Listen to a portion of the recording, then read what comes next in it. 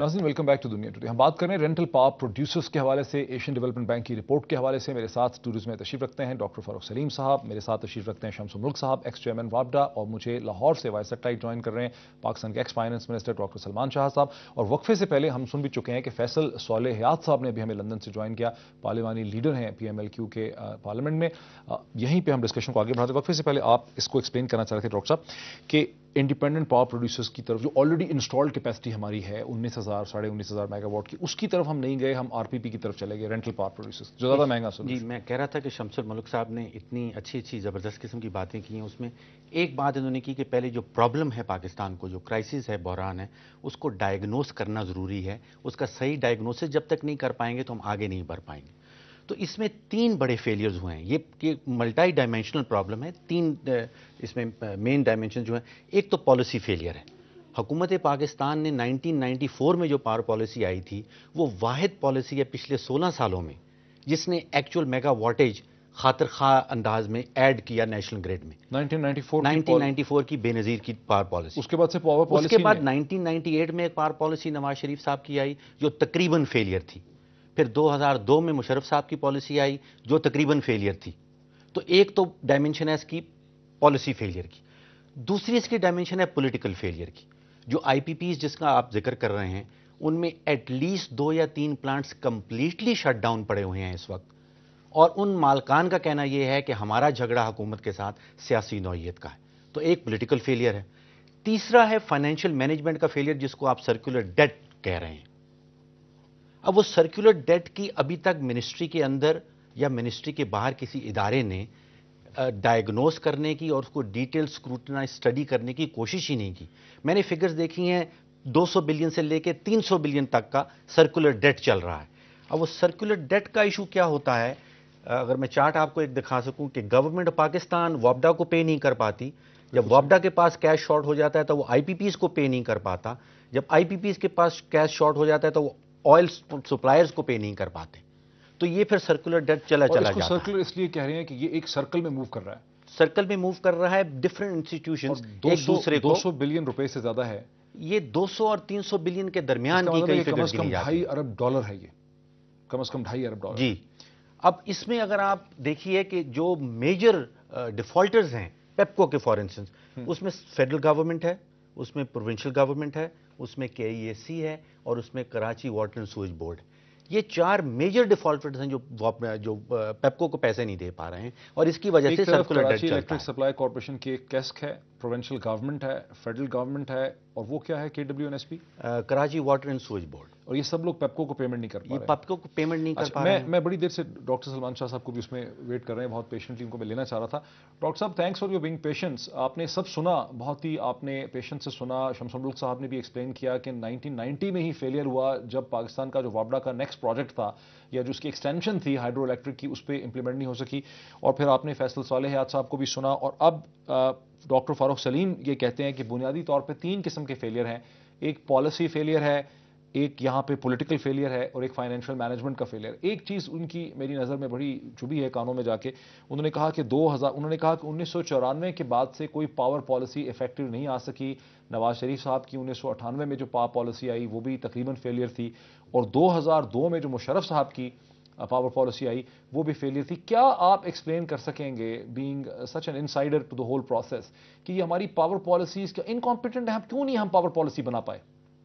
मैं थोड़ा सा डॉक्टर फ़ारूक से डिफ़र करूंगा, क्योंकि 2004 में गाजी बरोता ऑनलाइन आया जिसने खासी कैपेसिटी ऐड की, और उस वक़्त हमारी कैपेसिटी सरप्लस भी हो चुकी थी। उसके बाद तकरीबन जो हमारा प्लान था उसमें 2800 मेगावाट की एडिशनल कैपेसिटी का फाइनेंशियल क्लोज भी हो चुका था, और आजकल जो आप देख रहे हैं 3-4 जो IPPs आए हैं, ये उसी पॉलिसी का नतीजा है कि वो आए हैं, और इसमें 2800 मेगावाट की टोटल एडिशनल कैपेसिटी है जो इसने जिसका फाइनेंशियल क्लोज हमारे वक्त में हो चुका था, और डिफरेंट स्टेजेस में वो आगे चल रहा है। उसके साथ साथ उस वक्त हमारा जो एस्टिमेट था कि रेंटल पावर का जो शॉर्ट पीरियड के लिए गैप है वो तकरीबन 1000 मेगावाट का है, और वो भी 2008 अर्ली 2009 में होगा, और उसके बाद जो IPPs आके اس کو کر لیں گے. اصل ایشو یہ ہے کہ آپ ہماری یہ کہہ رہے ہیں ڈاکٹر صاحب ان ادر ورڈز کہ rental power producers 1000 mega what produce کرنے کے لیے ہی صحیح، لیکن آپ کی حکومت آپ کے زمانے میں بھی رینٹل پاور پروڈیوسرز کا سوچ رہی تھی. جی اس میں for a short period of time, کیونکہ ایک گیپ آ رہا تھا جس کو 2008 دسمبر 2008 کے قریب آنا تھا، اور اس کے بعد پھر یہ جو میجر آئی پی پیز ہیں وہ آ رہے تھے، اور اس کو آن لائن تھا. اور اس کے ساتھ جو ہمارا جو تھا میڈیم ٹرم پلان، اس میں 5 ہائیڈل بڑے ڈیمز کی اناؤنسمنٹ کر دی گئی تھی، کیبنٹ نے اپروول دے دی تھی. اور بادشاہ ڈیم کے اوپر تو تھوڑا بہت کام بھی ہوا اور اس کے اوپر ایلوکیشنز بھی آئیں، لیکن کالا باغ ڈیم پہ سندھ کے خاصے خدشات تھے، جس کی وجہ سے کالا باغ ڈیم کو اتنا پروگریس نہیں ہو سکی. اور اس وقت یہی تھا کنسنسس کہ اب الیکشن کے بعد اس کو دوبارہ سے کیا جائے گا، کیونکہ الٹیمیٹلی افورڈیبلٹی کا ایشو ہے. پاکستانی کے پاس ایک اللہ نے ایک نیچرل ریسورس دی ہوئی ہے جو 1.5-2 روپے یونٹ بجلی پیدا کر سکتی ہے، اور ہم جا رہے ہیں رینٹل پاور یا آئی پی پیز جو تھرمل بیسڈ ہے، ایک تو وہ امپورٹڈ ہے، دوسرا وہ 15-16 روپے کی کاسٹ پڑتی ہے. تو کوئی لاجک نہیں ہے کہ ہم اس طرف جائیں اور اپنی نیچرل ریسورس کو استعمال نہ کریں. میں نے ایسٹیمیٹ کیا ہے کہ کالا باغ ڈیم جو ہے میرے ساتھ رکیے شمس ملک صاحب، آپ اس سے کیریکٹرائزیشن سے ایگری کرتے ہیں؟ 2 اس میں امپورٹنٹ پوائنٹ ہیں. ایک تو وہ کہہ رہے ہیں کہ تقریباً مسئلہ 2004 میں انہوں نے سالو کر لیا تھا، وچ کانٹرڈکٹس جو آپ کہہ رہے ہیں. آپ کہہ رہے ہیں کہ مسئلہ جو ہے بہت لانگ سٹینڈنگ ہے، ارلی 90 سے پیدا ہوا ہے. میں مسئلہ دیکھیں، اس مسئلے کا بنیادی ایلیمنٹ جو ہے نا، یہ ذرا ہمیں سوچنا چاہیے. ابھی کوئی سال پہلے سے جب لوگ مجھے پوچھا کرتے تھے یہ لوڈ شیڈنگ کا قصہ، تو میں لوگوں کو میں کہا کرتا تھا، بلکہ ٹی وی میں نے کہا ہے کہ دیکھیں آپ نے ابھی تک بجلی کے پرابلم کا اصلی چہرہ نہیں دیکھا. اور جب مجھ سے پوچھا جاتا کہ اصلی چہرہ کیا ہے، تو میں کہا کرتا ہے افورڈیبلٹی، کاسٹ افورڈیبلٹی. کیونکہ میں یہ بات کہا کرتا تھا کہ there is no market in Pakistan for electricity rated at 10 rupees a unit. So this is period. اگر کوئی کہے کہ جی میں بجلی پروڈیوس کر لوں گا، آپ خود دیکھیں اگر آپ کو کوئی کہے کہ جی 24 گھنٹے اویلیبل ہوگی لیکن 10 روپے پر یونٹ ہوگی، تو آپ کہیں یار 10 روپے تو میں نہیں دے سکتا.